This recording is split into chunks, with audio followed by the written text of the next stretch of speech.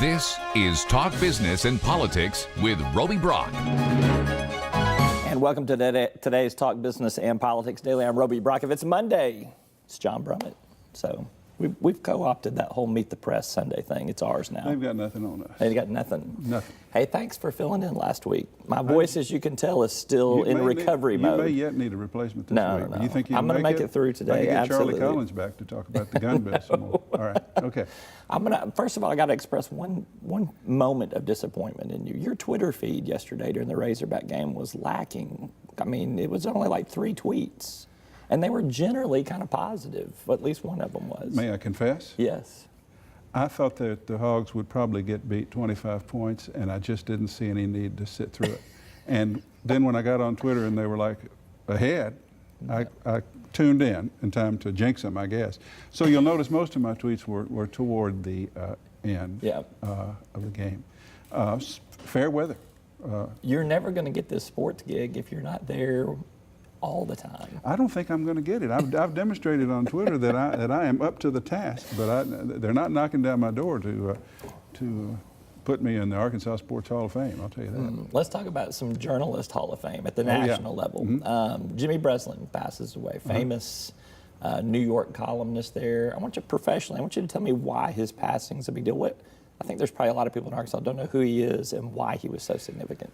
From Queens, the quintessential pugnacious New York columnist. Somebody asked him once how would he compare today's journalism to the journalism when he was coming up, and he said the problem today is that these journalists spend time in the gyms instead of bars. He was a bar guy, he was a tough guy, he was a street reporter. He was from a time when the tabloids ruled in New York City, and he was a street reporter. There'd been a construction accident somewhere, somebody falling from a high-rise. He's on the scene, and he wants to, and he wants to know what happened, and he wants to find the relatives and do a personal column about it. And he did famous columns, "The Gravedigger," for John F. Kennedy. Rather than be with the herd watching the funeral, he said, "I don't want to see what everybody else is seeing, and everybody sees and everybody else writes about. I want to find out something else." John Lennon. Shot to death. Great column about the police officers. Shot to death just a few blocks from where Breslin lived.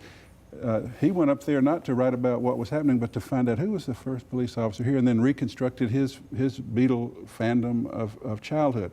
He always was looking for a different angle, and he wrote in what's called the narrative form. He was a leader of what's called new journalism with Tom Wolfe and Gay Talese, where rather than the old boring inverted pyramid, they told a story in sort of a novelistic form. Not a great fluid writer, but a very descriptive writer. And I think he's probably the best newspaper columnist ever for his readership. Yeah. He was so much, he or Royko. Well, Royko was great. Breslin was to New York what Royko was to Chicago. Now tell me a little bit personally, you've actually got to meet Breslin, had dinner with him, and he even helped you get a gig one time. I stayed with him. Yeah, tell me that story. Clinton was running for president in early 1992, and I was getting calls from national reporters from everywhere, but one day, this very loud voice I was over at the Arkansas Times, and this loud, abrasive voice was Jimmy Breslin. And he had read something I had written about Clinton. He liked it, and he said he wanted to talk about the Ricky Ray Rector execution. You remember Clinton came home from the campaign trail. Rector was brain damaged and wanted to save his dessert from his last meal. That's how competent he was. And then he was such a large man that the lethal injection was a messy and ugly process. And he wanted to write about that. And I just was just a fan. I was telling him, I've heard from everybody, but this is big. Jimmy Breslin is calling me, and he liked flattery like anyone else. But then he would call back, and we would talk, and he even quoted me in one of his columns. And then he called and said, "Why don't you come be my house guest during the New York primary, which was in early April, 75th and Central Park West, right across from Tavern on the Green." And so I did. So I got to go stay for about 6 days with my journalistic hero. And one day he's in his pajamas in the townhouse there, and I thought he was talking to me, but then I realized he had a phone to his ear. You could never quite be sure. And he was saying, "I've got the guy in my house here who knows Bill Clinton better than anybody." In a few minutes he said, "Well, hell yes, he can write." And then he hung up the phone. He said, here's the address. This is the hottest young agent for nonfiction in New York, Fifth Avenue. Go see him. You got a book deal out of it. Yeah, I said, I got no book. I got no need to see an agent. He said, you know Bill Clinton. Bill Clinton's getting ready to be president. Your first sentence is, I met Bill Clinton in, and then you go from there. You don't need an idea. And I went down and the agent, I told the agent, I got no idea, I got no book, I got no real desire to write a book. He said, you know the next president, and Jimmy Breslin vouches for you, so I got a contract and got to write a book. Yeah. About that was so. I don't want to spoil it. You got a column coming out on tomorrow, this, and so tomorrow. I want to but he's, keep the powder dry. Yeah, I will. But the point is, he was a tough, abrasive, loud, gentle person.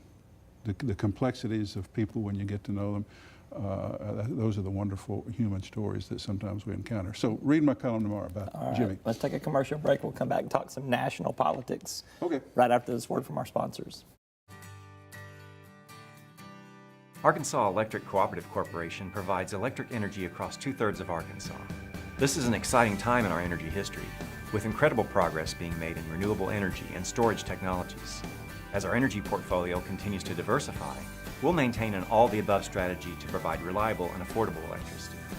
Ever since the first light bulbs were placed in our members' homes, the electric cooperatives have been the solutions provider for our members, and we want to continue that well into the future. Each day, the promise of our nation begins again. Arkansas and America, moving forward. I help make that promise a reality. It's not for everyone, but people everywhere depend on us. Oh, I love you too, sweetie. Trucking delivers, or everything stops. And that's what drives me. I did. And welcome back to Talk Business and Politics Daily. I'm with John Brummett. All right, let's turn our attention. Monday's been a busy day up in Washington, D.C. We've had the Gorsuch hearing for the Supreme Court. But I think the bigger news is going to be what happened with James Comey's testimony at the House Intelligence Committee. I'm going to break this down into a couple of takeaways, and we'll discuss them. One of the biggest ones is that the Republicans want to focus on the fact that there are intelligence leaks. The Democrats want to focus on there's Trump ties to Russia. Which one wins the news cycle? The president is being investigated. The president's campaign and potential ties to Russia being investigated by the FBI is a bigger story than the eternal curiosity in Washington as to who is doing all this leaking. I remember sitting in, I had one Oval Office interview with Bill Clinton in '93 when I was working on that book, and he said, why are you coming to interview me? You just have to wait for the leaks. He said, this place leaks like a sieve. And so what's happening with Trump is not unusual. It's just that the leaks are very juicy, and it has to do with, I mean, it may come to nothing. It may be simply that Trump and his people were too cozy with the Russians and a little naive about it. But when the head of the FBI tells the House Intelligence Committee publicly, yes, we are investigating. The FBI does criminal investigation. We are investigating potential ties between the campaign of the current President of the United States and Russia. That's a bigger story than just about anything. And the Republicans are doing the best that they can to say, yeah, but who's leaking all of this stuff? Well, that's an eternal story. And Trump's throwing distractions up to tweeting left and Well, right. and press Comey conferences. said that we don't have any evidence that they influenced the election or that they affected any of the vote tallies, tabulations. correct. And of course, Trump is tweeting that as well he should. The fact remains, and that, well, you haven't asked about it, but Comey confirmed. Were you getting ready to ask about that? Was Go that for your it. second part? Go ahead. No, you ask No, it. you are on a roll. I do not want to break the Well, rhythm. Comey confirmed what we've known, which is that no, definitively, I, as head of the FBI, know of no evidence that we wiretapped this man and his or that tower. President Obama did. Or that President Obama, Right. Obama did. So this big, and so we have to deal, while we're dealing with this investigation, whatever comes of it, this ought to be the final confirmation that the sitting President of the United States tweeted something alleging almost a crime, if not a crime, of his surely predecessor. he'll apologize now that all the evidence You know, is he out did there. apologize about saying that Obama was not an American, but it was about 3 years after. So we've got some time yet for Maybe an a little apology. bit longer. You know, Joe Scarborough, Morning Joe, said something this morning that I thought was actually, you just kind of hit around the edges of it. Washington always wins, is what he said, that Trump is learning that Washington always wins. I felt like this was going to be the narrative the whole time around. He's railing against the media. He's railing against Democrats. He's railing against some Republicans. He's railing against the people in the agencies that are holdovers. It doesn't matter. You cannot get rid of the Washington culture that he claims he was elected to drain the swamp. I will. Let me tie these two segments together, not to go back to Jimmy Breslin, but he did get me this contract for a book about Clinton's first year as president. So here I parachute into D.C. I'm going to live there for a year, and I'm going to write about the first year as president of a guy I know very well and a chief of staff I knew even better and was closer to, and I'm going to really get the book. Well, about 3 months before my book is set to be published, Bob Woodward comes out with the agenda about Clinton's first year as president. It was a bestseller, by the way. It was a bestseller instantly. But what you said about Washington always wins, knowing the president personally, knowing the chief of staff from Arkansas, counted for nothing. Bob Woodward knew Washington culture, and he knew where the leaks were, knew where to get the real skinny. Washington does always win. And I learned it the hard way. But Trump's learning even harder. All presidents learn it. Clinton was just reeling. He said, man, I can't pick up on the cultural cues in this town. Every new guy to Washington. A year into his presidency, it was the incredible shrinking president on the cover of, I think, Newsweek, maybe, or Time. Yeah, way to tie that all together there. Well, it just occurred to me, and I hope that's suitable. All right. He's John Brummett. You can catch his stuff in the Arkansas Democrat-Gazette as well as ArkansasOnline.com. Always good to see you. Thanks. You bet. Appreciate it. That's all for today's Talk Business and Politics Daily. Thanks for watching. We'll see you next time.